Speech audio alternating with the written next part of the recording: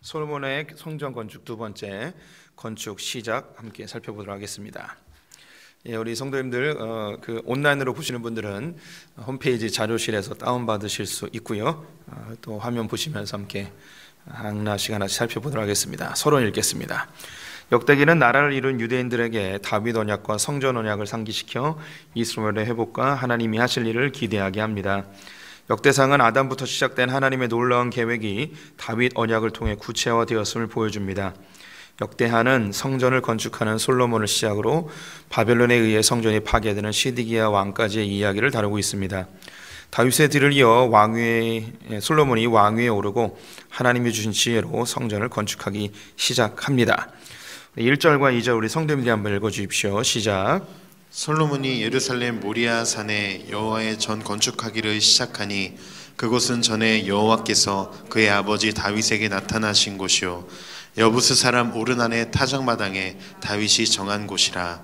솔로몬이 왕위에 오른 지 넷째 해 둘째 날 건축을 시작하였더라. 1번입니다. 솔로몬은 성전을 어디에 건축하였나요? 모리아산 오르난의 타작마당에 건축을 하게 되었습니다. 솔로몬의 성전 건축 시작. 솔로몬은 왕위에 오른 후 4년이 되던 해 2월 2일에 건축을 시작하였습니다. 2월은 바벨론 달력으로 15월이라고 부르고요. 현대 양력으로는 4월에서 5월 그 중간쯤입니다. 역대기 기자는 여호와의 성전터에 대해 세 가지의 설명을 제시하고 있습니다. 첫째는 이곳을 모리아산이라고 칭했고요. 둘째는 여호와께서 다윗에게 나타나신 곳이라고 이야기하고 세 번째는 여부스 사람 오르난의 타작마당이라고 설명을 하고 있습니다. 이 한 가지 한 가지가 중요한 메시지를 담고 있는데 이게 이제 오늘의 핵심이기도 합니다. 솔로몬이 모리아산 하나님께서 다윗을 만나 주신 곳 오르난의 타작마당 여기에 성전을 지었다는 것인데요. 하나씩 한번 살펴보겠습니다. 모리아산인데요. 먼저 우리 성도님들이 모리아산 딱 하면은 이제 생각나는 게 있습니다. 아브라함이 이삭을 번제로 바쳤던 곳이 바로 모리아산이죠. 역대기는 족보로 시작합니다. 그 처음이 아담이었습니다. 아담에서 시작된 족보는 다윗으로 향하였습니다. 다윗으로 향한 목적은 다윗 언약 때문입니다. 하나님이 다윗의 후손 메시아를 통해 영원히 견고한 나라를 만들겠다는 약속은 아담으로부터 시작된 하나님의 원대한 계획, 구속의 역사임을 보여줍니다. 이제 성전 언약이 나올 차례인데요. 역대기 기자는 성전이 모리아산에서 있었던 사건으로부터 시작됨을 보여주고 있습니다. 모리아산은 믿음의 조상 아브라함이 이삭을 번제로 바치기 위해 찾았던 하나님이 지시하신 바로 그 산입니다. 하나님은 이삭을 아끼지 않고 드리는 아브라함의 믿음을 인정해 주시며 이삭을 대신할 순양을 준비해 주셨죠. 그리고 아브라함은 그곳의 이름을 여호와 이레라고 정하였습니다. 여호와 이레는 하나님이 준비하시다, 하나님이 나타나시다 라는 뜻입니다. 이것을 합쳐서 이야기하면 하나님이 준비한 것이 이 산에서 나타난다 라는 의미입니다. 여기까지 우리 성도님들이 잘 아시는 부분입니다. 100세에 낳은 아들을 하나님께서 모리아산으로 데려가서 번제로 드리라고 하였죠. 하나님께서는 그를 시험하기를 원했습니다. 그래서 하나님을 신뢰하는지 아니면 하나님을 이용해서 아들을 낳은 것, 아들을 위해서 하나님을 이용하는지, 하나님을 신뢰하고 아들을 바칠 수 있는지 아니면 하나님을 이용해서 아들을 위한 삶을 사는지 여기에 대한 하나님이 시험하기를 원하셨죠. 그래서 100세에 낳은 아들이고 매우 귀중한 아들인데 이 아들이 죽으면 자기의 대는 끊기는데 이 아들을 하나님께 드립니다. 그래서 그의 믿음을 인정하시고 그를 이제 의롭다 칭해 주시죠. 그리고 내가 그곳의 이름을 여호와 이레라고 합니다. 하나님께서 준비한 것이 그곳에 나타났거든요.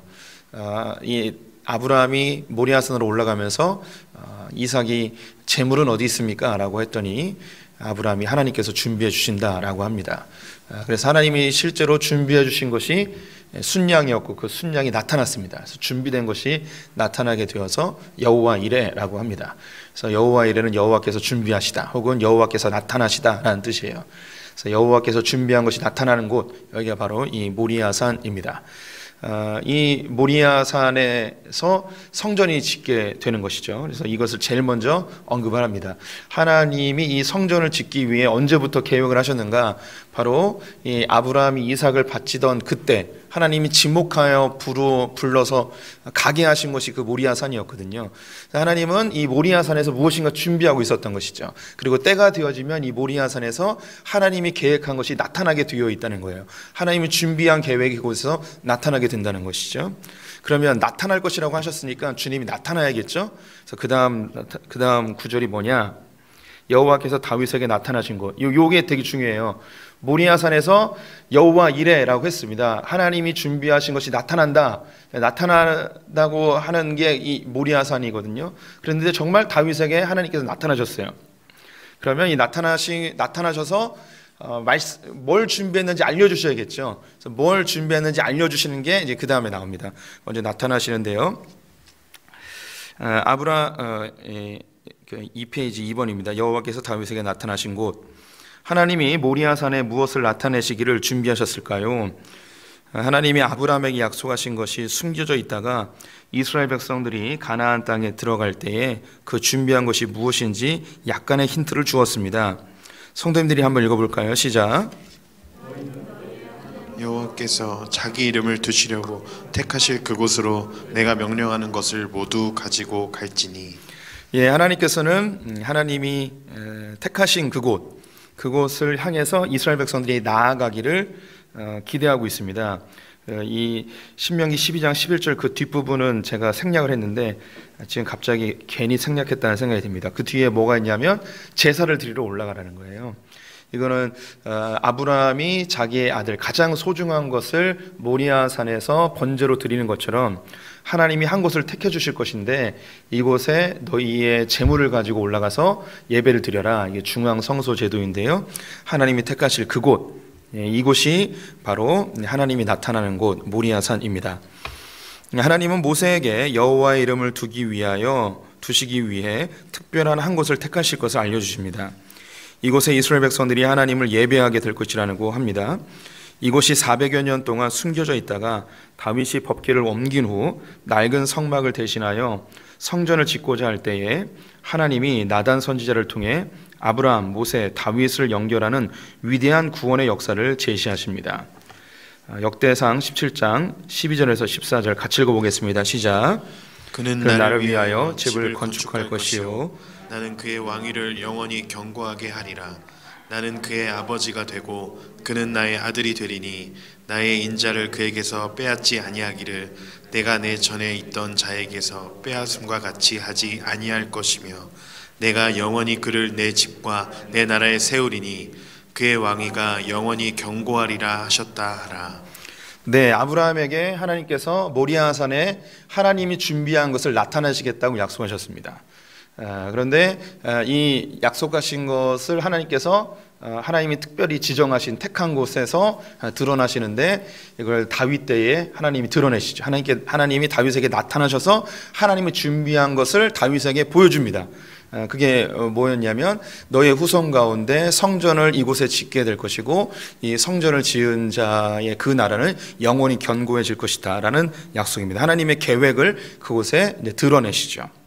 이제 여기서 이제 다윗의 후손 바로 이제 솔로몬이 나타나긴 하지만 우리는 그 다윗의 후손이 누군지 실제로 압니다. 눈에 보이는 성전은 다 무너져서 사라지지만 진정한 성전을 세우는 바로 예수 그리스도가 나타날 것을 이야기하는 것이죠. 그래서 아브라함에서 모세로, 모세에서 다윗으로, 다윗에서 예수 그리스도로 이어지는 이 놀라운 구원의 역사, 이 놀라운 역사를 지금 우리에게 보여주고 있는 겁니다. 이 시간이 무려 3,500년의 긴 시간 동안 하나님께서 이 이야기를 계속 만들어 가시는 것이죠. 우리는 이렇게 보면 이게 그냥 그런 것 같은데요. 야, 이거 진짜 생각하면 끔찍한 일이에요. 엄청나게 대단한 일입니다. 아브라함까지 더해버리면 4,500년 동안 하나님께서 이 위대한 작업을 만들어가고 계신 거예요. 정말 큰 위대한 역사의 그림을 만들어 놓고 하나하나 퍼즐을 맞히듯이 하나하나 맞춰가시는 그 주님. 이 하나님의 이 그 크고 위대하심, 정말 찬양할 수밖에 없습니다. 주님의 높고 위대하심은 우리 말로 다 표현할 수 없는, 하늘을 두루마리 삼고 바다를 먹물 삼아도 그 위대하신 하나님의 은혜와 사랑과 그 계획을 다 기록할 수가 없습니다. 별로 감동이 없는 거는 제 책임이에요.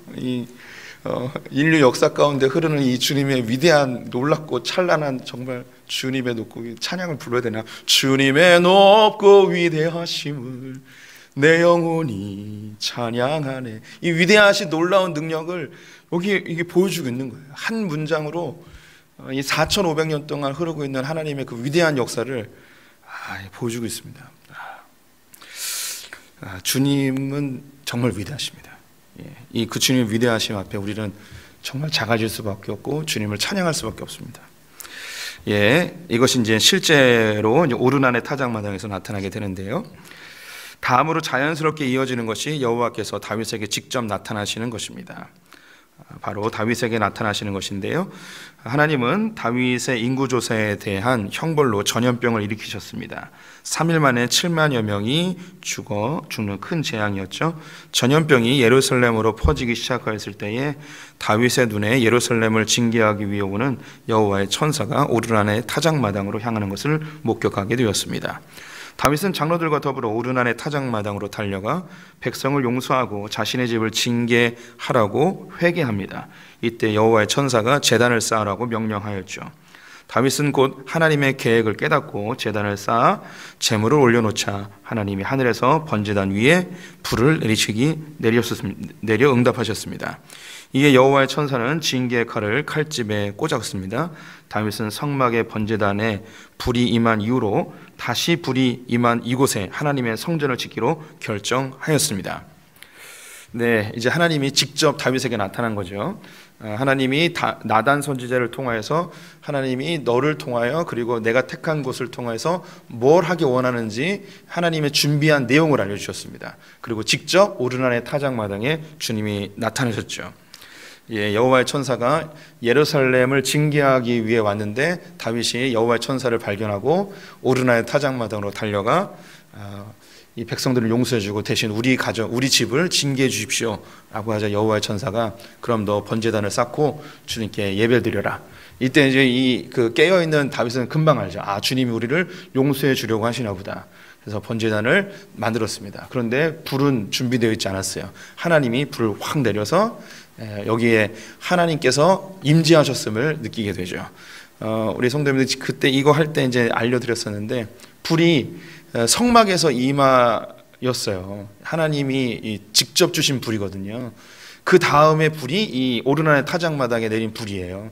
그래서 다윗은 이때부터 성막으로 가지 않고 이곳에서 이 번제단에서 예배를 드리게 됩니다. 이 불로, 하나님 직접 주신 불로 번제단을 만들게 되어지죠. 그래서 하나님께서 이곳에 주님의 성전, 주님의 예배의 처소, 예배의 장소를 이곳에 만들기 원하시는구나 라고 깨닫게 되고 이곳에 땅을 사고 성전 건축을 준비하게 되죠. 여기 옆에 있는 그림에 이제 다윗성 위에 언덕이 있는데 여기가 바로 오르난의 타작마당입니다. 여기서 이제 예수님이 돌아가시죠. 하나님이 아브라함에게 약속하셨던 여호와께서 준비한 것을 나타내신다라는 것을 다윗의 때에 드러나게 하십니다. 그곳은 이스라엘의 죄를 짓고 하나님의 말씀이 선포되는 예루살렘 성전이었습니다. 그리고 그곳에 다윗의 후손으로 오신 예수 그리스도께서 모든 인류의 죄를 위해 십자가에 달려 죽으심으로 하나님의 위대한 구원의 역사의 실체가 완전히 드러나게 됩니다. 이 예수를 영접한 자들이 하나님의 성전이 되는 것이죠. 3절부터 7절까지 교독해 보겠습니다. 제가 먼저 읽습니다. 솔로몬이 하나님의 전을 위하여 놓은 지대는 이러하니 옛날에 쓰던 자로 길이가 60규빗이요 너비가 20규빗이며 그 성전 앞에 있는 낭실의 길이가 성전의 너비와 같이 20규빗이요 높이가 120규빗이니 안에는 순금으로 입혔으며 그 대전 천장은 잣나무로 만들고 또 순금으로 입히고 그 위에 종려나무와 사슬 형상을 새겼고 또 보석으로 성전을 꾸며 화려하게 하였으니 그 금은 바로아임 금이며 또 금으로 성전과 그 들보와 문지방과 벽과 문짝에 입히고 벽에 그룹들을 아로 새겼더라. 2번입니다. 솔로몬 성전의 지대는 크기가 얼마였나요? 길이가요 60규빗, 너비가 20규빗입니다. 1규빗을 50cm로 계산을 해보면요, 길이가 30m, 그리고 너비가 10m입니다. 그렇게 크지 않아요. 이 성전 자체는. 그 외에 이제 성전 뜰과 옆에 있는 솔로몬의 왕궁들이 아주 커서 터전이 큰데요. 그렇게 큰 건 아닙니다. 이제 30m, 10m 그 내부에 있는 그 공간을 이야기하면 그렇게 큰 공간은 아닙니다. 성전의 구조. 역대기 기자는 솔로몬의 성전의 구조와 기구들에 대해서 설명하기 시작합니다. 역대기를 읽고 있는 첫 번째 독자들이 바벨론 포로에서 돌아온 남유다 백성들임을 생각할 때 이 본문은 스룹바벨 성전을 건축하는 데 중요한 자료가 되었을 것입니다. 이 부분은 열왕기서에서 설명보다는 매우 간략합니다. 포로기 이후에 열악한 환경에서 성전을 짓고 있는 이스라엘 백성들에게 자세한 정보는 오히려 부담을 초래할 수 있었을 것입니다. 특별히 역대기 기자는 솔로몬 성전의 길이와 너비는 기록하였지만 높이 30규빗은 기록하고 있지 않습니다. 이것은 스룹바벨 성전이 솔로몬 성전의 높이를 충족하지 못하였기 때문으로 보여집니다. 역대기 기자는 솔로몬 성전의 식양을 구체적으로 설명하지는 않는 반면 매우 화려하고 고급스러웠음을 강조하고 있습니다. 이게 역대기 기자가 취하고 있는 그 태도라고 할까요? 배려라고 할까요?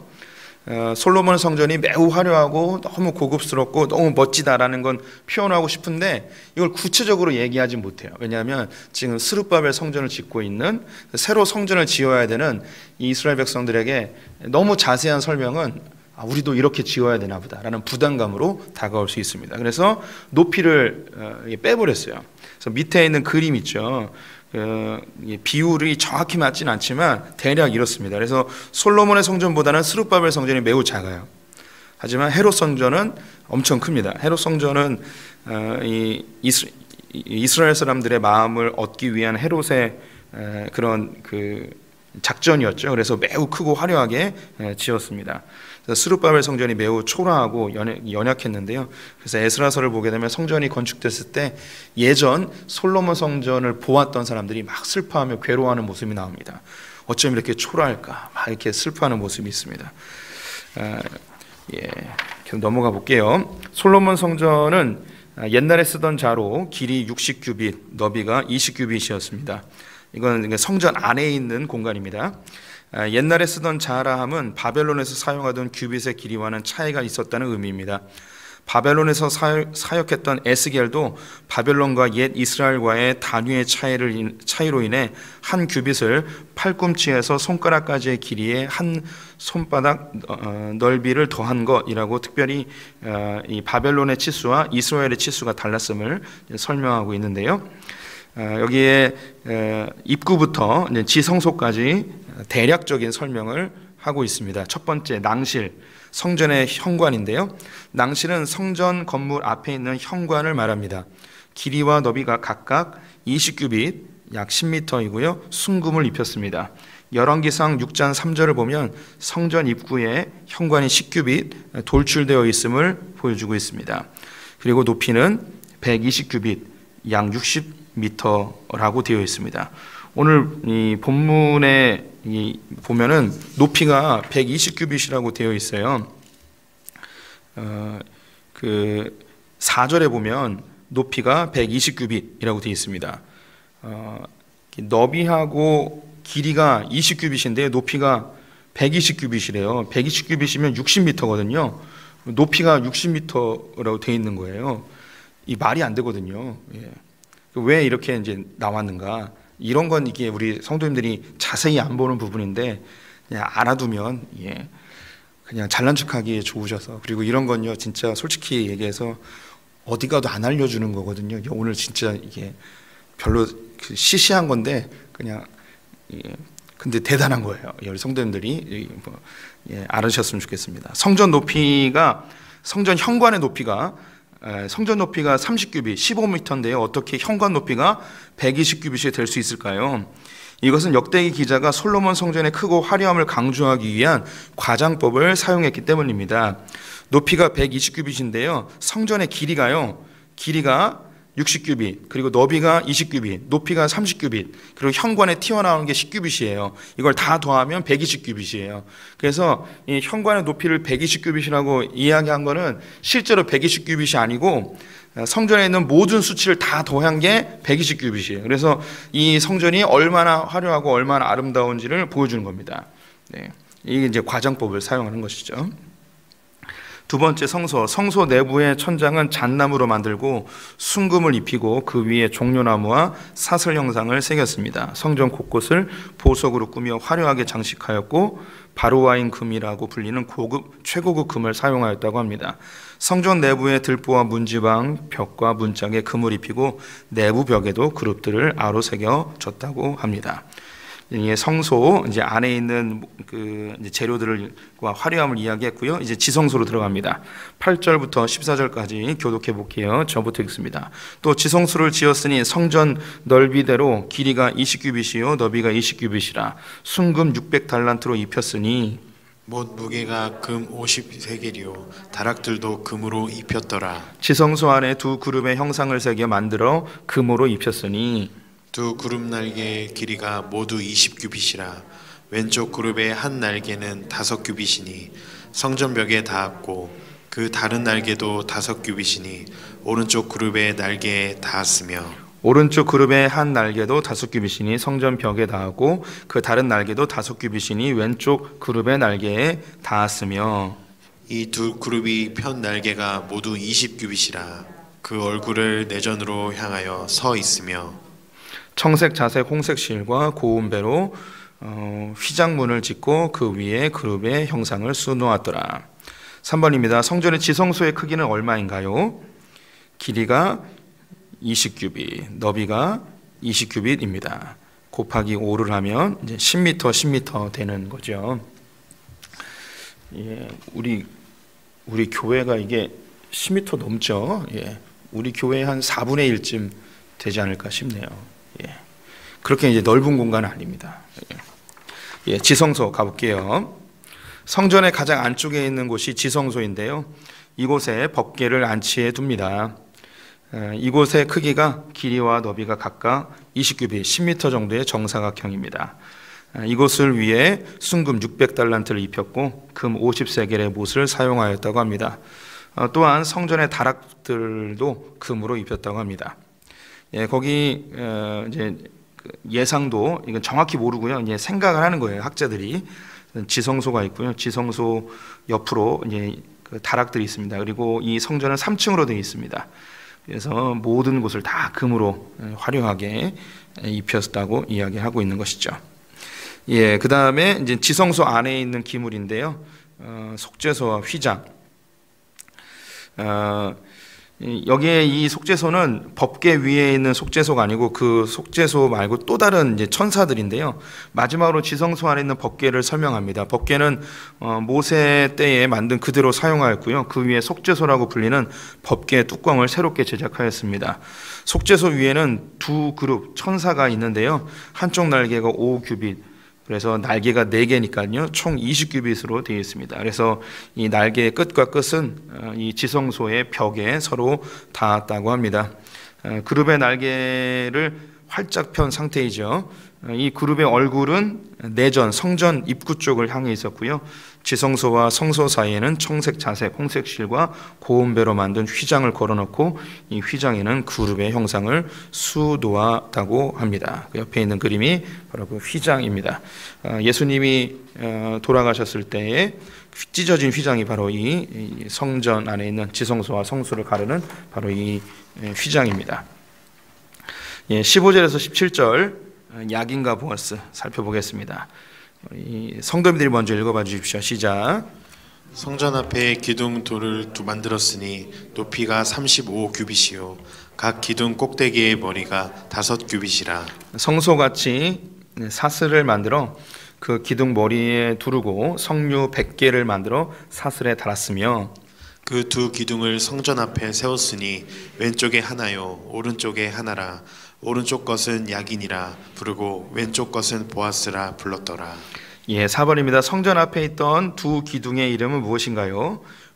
오른쪽은요 야긴, 그리고 왼쪽은 보아스입니다. 야긴과 보아스. 성전 입구에는 두 개의 기둥이 서 있었는데요. 열왕기상 7장을 보면 이 두 기둥은 놋을 이용하여 두로 왕이 보낸 전문가 후람, 이제 후람아비라고도 하죠. 후람이 제작하였다고 되어 있습니다. 높이가 총 35규빗인데요. 주 기둥이 18규빗이고 머리 부분이 5규빗, 그리고 머리 위에 백합 모양이 4규빗, 그리고 머리 이제 밑부분이 이제 8규빗으로 이제 되어져 있습니다. 그래서 총 35규빗의 기둥 두 개가 서 있습니다. 후라마비는 놋쇠로 성류를 만들고 그 성류에 그물을 늘어뜨려 장식했습니다. 그 위에 또 4규빗의 백합화 모양의 머리를 올려 놓았습니다. 예레미야 52장 21절에 의하면 이 기둥의 속은 비어 있었으며 두께는 사람 손가락 4개의 두께였다고 합니다. 이 두 기둥은 건물의 일부를 지탱하거나 연결되어 있는 것이 아니라 하늘을 받치고 있는 모양입니다. 이 두 기둥은 성전 입구 오른쪽과 왼쪽에 놓여 있었는데요. 야긴, 저가 세우리라와 보아스, 그에게 능력이 있다 라는 두 개입니다. 이 같은 단어들의 의미를 바탕으로 야긴과 보아스는 하나님의 능력으로 하나님의 나라를 견고히 세우시겠다는 메시지를 담고 있습니다. 즉, 이 두 기둥은 다윗에게 하셨던 언약, 다윗의 후손 중에 성전을 건축한 자의 나라를 영원히 견고히 하시겠다는 언약의 성취의 상징물이라 하겠습니다. 예, 이것으로 이제 성전의 외형이 이제 다 나오고요. 이제 다음 주에는 성전 안에 있는 기물들에 대해서 살펴보도록 하겠습니다. 오늘 주요한 내용은 모리아 산에서부터 시작되어진 하나님의 계획이 다윗 때에 오르난의 타작마당에서 성취되었음을 보여주고 있습니다. 주님은 하나님의 계획을 차근차근 다 만들어 가십니다. 하나님께서 계획하신 것은 반드시 성취해내십니다. 우리의 눈에는 보이지 않는 것 같지만 하나님은 당신의 일을 당신의 열심으로 해나가고 있습니다. 우리가 하나님의 역사에 동참하는 것 그 자체가 영광입니다. 우리를 하나님께서 불러주셔서 이 구속의 역사에, 하나님의 놀라운 역사에 우리를 동참시킨 것 이 자체가 영광인 거죠. 우리가 뭘 대단한 일을 하거나 우리가 하나님의 나라를 뭐 도와주거나 우리가 하나님께 뭐 영광이 되거나 뭐 이런 거는 사실 의미가 없습니다. 우리가 어떤 능력으로 주님을 도울 수 있겠습니까? 다윗이 뭐 성전을 지은 것이 얼마나 대단한 일이겠습니까? 그게 중요한 게 아니에요. 다윗이 성전을 짓게끔 하였던 하나님의 그 수천 년부터 이루어왔던 그 놀라운 하나님의 계획이 더 위대한 것이죠. 다윗은 하나님의 그 위대한 계획에 사용된 거예요. 그 사용된 것 자체가 엄청난 큰 축복이고 그것 자체가 이 영광이 되는 것이죠. 저는 하나님의 이 놀라운 계획 속에 한 톱니바퀴와 같습니다. 하나님께서는 저를 목사로 세우셔서 하나님이 하고자 하는 일을 하시는 것이죠. 저는 저의 일을 충성스럽게 감당하면 그 자체가 영광입니다. 제가 오늘 대단한 일을 하는 것이 아니라 하나님은 하나님의 일을 해나가십니다. 저는 하나님의 이 놀라운 계획에 동참한 것만으로도 엄청난 큰 축복인 것이죠. 일이 잘 안 될 수도 있습니다. 하지만 그것은 하나님께서 선하게 바꾸실 수 있습니다. 그렇다고 또 일이 잘 되었다고 해서 제가 교만할 필요도 없습니다. 왜냐하면 이것은 내가 한 일이 아니고 하나님께서 당신의 일을 해 나가시는 것이기 때문이죠. 우리 성도님들이 뭐 주부로서 혹은 내가 하고 있는 직업에서 내가 뭘 하나님께 엄청난 뭐 영광을 돌릴 수 있겠냐 그런 자책감을 갖는 분들도 있어요. 또 아무것도 하지 못하는 나의 연약함 때문에 소심해지는 분들도 있고 또 어떤 분들은 하나님을 위해서 뭔가 하고 싶어하는 그 열정이 표출되지 못해서 답답해하는 분들도 있습니다. 이런 마음을 갖고 있는 분들이 의외로 우리 크리스천들 중에 많아요. 하나님을 위해서 뭔가 대단한 일을 하고 싶어하는 그런 욕구들이 우리 안에 있는데 하지만 그렇지 않습니다. 하나님은 이 징검다리들을 통해서 하나님이 계획하신 그 일들을 해내세요. 하나님의 때가 되면 하나님의 사람을 일으키셔서 하나님이 목적하신 바를 이루십니다. 근데 그 사람이 나타날 때까지 그 사이에 징검다리들이 있어야 돼요. 연결고리들이 계속 있어야 되는 것이죠. 어쩌면 내가 대단한 일을 하지 않는 것 같지만 그 사이에 연결고리가 바로 나예요. 그래서 성경에 보면 족보들이 쫙 나오잖아요. 그 족보에 나와 있는 사람들 중에 우리가 알고 있는 사람들, 그리고 성경에서 큰 업적을 일으키는 사람들 한두 명밖에 안 돼요. 나머지는 다 연결고리예요. 근데 그 사람이 없으면 안 되는 거예요. 주님은 그 사람의 삶을 사용하시는 거죠. 그 사람들 스스로는 나 이렇게 초라하니까 난 아무것도 아니야, 나는 뭐 하나님 위해서 아무것도 못했어 라고 생각할 수 있겠지만, 성경은 그 사람의 존재 자체를 존귀하게 보는 거예요. 그래서 성경에 그 이름을 새겨놓아 주신 것이죠. 천국에 가면 하나님이 우리의 삶을 다 기록해 놓으셨고, 또 하나님의 위대한 역사책에 우리의 이름이 다 새겨져 있습니다. 그곳에 우리가 뭐 대단한 일을 하지 않더라도 그 하나님의 역사책에 우리가 딱 이름이 있는 것만으로 얼마나 감사하고 영광스럽겠습니까? 저희 아버지가 씨름하셨어요. 대학도 씨름으로 가셨었는데, 근데 뭐 중간에 그만두시고 이제 나중엔 장사하시고 공무원도 하시고 뭐 그러셨던 분인데, 그런데 그 88 올림픽이 있을 때 나라에 돈이 없었어요. 그래서 한국에 있는 모든 체육인들에게 돈을 걷었습니다. 그리고 대한체육회라는 걸 만들고 대한체육회에 이름을 새겨서 책을 만들었어요. 그냥 돈을 거두면 안 되잖아요. 그래서 이 책을 팔았어요. 이 책에 뭐 사람이 얼만큼 있는지 모르겠지만 그냥 이름만 쫙 있어요. 제가 정확하게 그때 가격을 지금 생각이 정확하게 안 나는데, 제가 생각하기에 그때 30만 원인가 주고 그 책을 샀어요. 그 책에 수만 명이 써 있는데 아빠 이름이 딱 있는 거예요. 아버지가 이 책을 얼마나 소중하게 생각하는지. 그때 그냥 이제 초등학교 다닐 때, 그 중학교 다닐 때구나. 중학교 다니는 저도 알겠어요. 이걸 왜 만들었는지. 대한체육회에서 이거 팔아가지고 돈 걷어서 올림픽 하려고 하는 걸 뭐 저도 알겠어요. 그래가지고 근데 샀는데 아버지가 자기 이름이 쓰여 있다는 걸 너무 좋아하셨습니다. 뭐 우리 아버지 이봉골하고 뭐 같이 이렇게 씨름하고 그러셨어요. 그러셨는데 굉장히 자랑스럽게 생각하고 막 그러셨습니다. 그런 대한체육회에 자기 이름 하나 올라가 있는 것만으로도 이렇게 영광스러워하는데, 아버지가 88 올림픽을 위해서 뭘 하셨겠습니까? 아무것도 한 거 없어요. 그런데 자기 이름이 거기에 올라가서 대한체육회에 이름이 올라갔다는 것 자체로 너무너무 이렇게 영광스러워하시는 모습을 봤어요.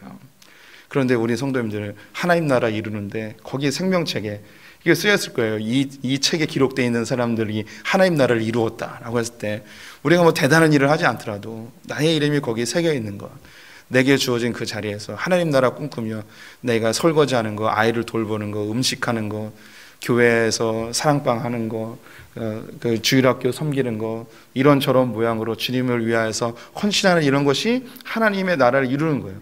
하나님은 당신의 나라를 만들어 가세요. 근데 나를 그 일에, 위대한 일에 나를 동참시켜 주시고 내 이름을 거기에 써주신 것, 이거 자체가 얼마나 큰 영광입니까?